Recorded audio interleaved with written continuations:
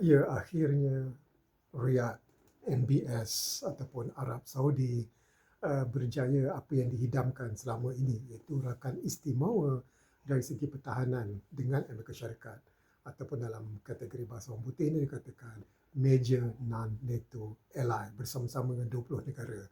Sebelum ini termasuk Israel. Apa yang istimewanya adalah selepas ini Riyadh boleh membuat perolehan senjata canggih yang tinggi teknologinya tanpa melalui kerana Kongres. Jadi ini yang dikatakan amat dikatakan yang dimahukan oleh Arab Saudi. Kalau di negara Arab, ya, Mesir dan Qatar adalah telah berada dalam kategori ini bersama-sama dengan Israel.